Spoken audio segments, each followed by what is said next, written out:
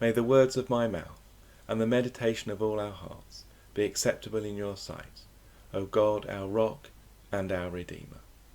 Amen. I have sometimes wondered, if the Ten Commandments were written today, what they would look like. I'm sure we would update some of the language. I guess not many of us have coveted our neighbour's servant or ox recently, but we will have been caught, I suspect, in the greed and want of consumerism. Perhaps that needs a rewrite. In our global world, would it be helpful if the Ten Commandments included something about our relationships to others around the world, and also to future generations? Could therefore be a commandment about being environmental? But the change that I suspect would be most helpful would be something along the lines of, you will not justify your actions. If we're honest, we've all done it, haven't we? Going over the speed limit because we're late. Well, no one will know. Everybody does it, don't they? Or we say, I deserve it. It won't hurt anyone. And they're a big business. Or we say, charity begins at home, so that we can justify having a limit on our own charity and our own compassion. The problem with justifying our actions is that we are only fooling ourselves. Peter wanted to justify his actions with regard to his brother. How many times do I have to forgive him, Lord? 7 times enough, isn't it? In other words, I've done enough. I've done my bit. I can justify this. He thinks he's being generous in offering to forgive his brother, or indeed sister, 7 times.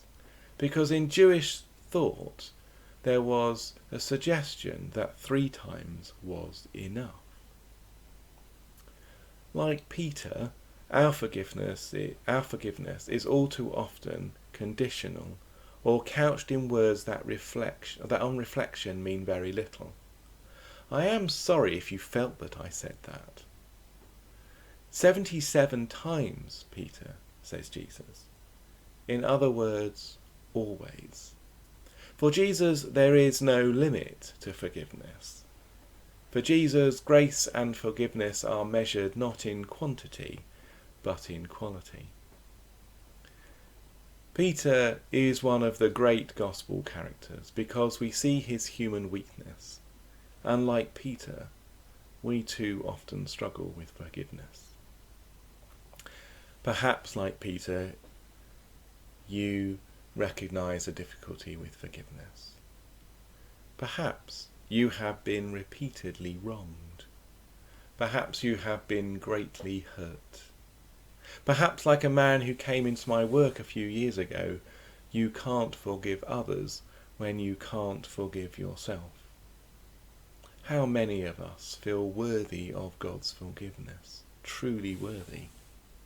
Even when we understand God's grace extends to us, we sometimes stop ourselves from feeling forgiven.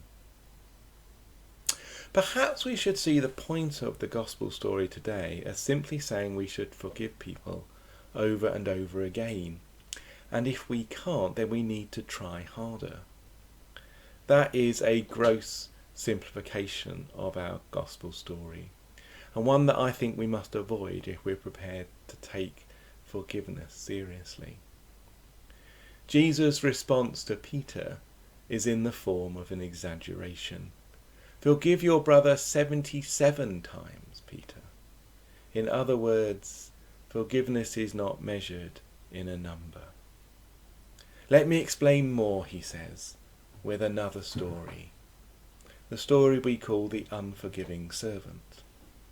It's the story that puts our efforts to forgive in the context of how others forgive us, and more importantly, how God forgives us. It's a story that continues the generosity with numbers. If Peter thought 7 times was generous, Jesus' story tells of a man who owned 10,000 talents, the salary of a labourer for 15 years, well over £400,000 worth of debt in today's money. But the man was forgiven because he asked for time to pay the debt. The king did far more and cancelled it. But then the man goes to someone who owed him just a small amount, just £10, and demands the money immediately. Despite being forgiven a huge debt, the man struggles to forgive a small one. Forgiveness, it seems, can be like sports commentary. We can all talk a good game, but in practice it's so much harder. I want to suggest today 3 reasons why we might struggle with forgiveness in real life. Firstly, I think we equate forgiveness with forgetting. When we are greatly hurt, will forgiveness mean we have to forget? I found a sermon illustration about the indigenous people of Labrador in North Canada. When missionaries first went there, they discovered that the local people had no word for forgiveness in their language. So they had to make one, which they did, meaning not being able to think about it anymore. There is something initially quite appealing about that, isn't there? But I'm not sure how real it is. In my experience, the greatest forgiveness happens when we cannot forget, but we still forgive. I think sometimes we assume that forgiveness lets the other person off. That forgiveness is about the other person being liberated, when often it is about our own liberation.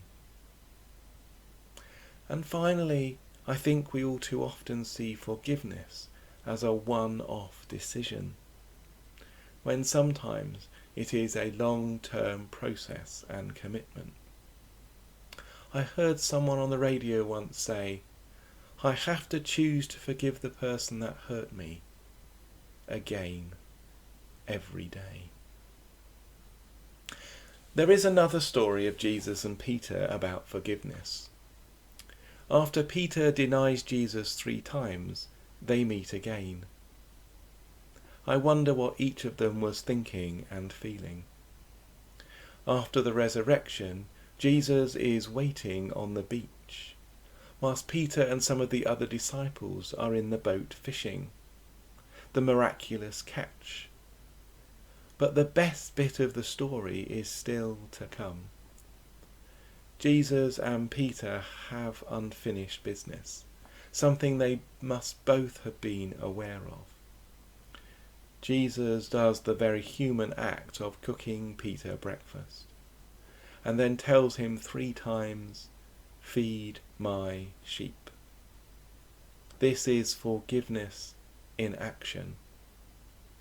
Jesus has not forgotten Peter's denial, but neither does he allow it to taint the future.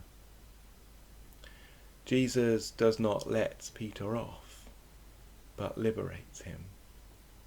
And finally, through repeating the cleansing dialogue, Jesus shows that his forgiveness is a long-term, active process. Jesus shows us that we can confront conflict as Christians, when we confront it with the aim of forgiveness and not revenge. We are followers of Jesus, so we should also try to forgive like Jesus. But I think there's also one more lesson here that we need to learn, this time from Peter. Despite his denial of Jesus, the shame he must have felt, the knowledge that others knew his shortcomings and failings, Peter accepted the forgiveness of Jesus, when it may well have been easier to run away. The lesson for us today is, of course, to forgive others, but also to accept the forgiveness of Jesus and of each other. May God help us as we follow Jesus. Amen.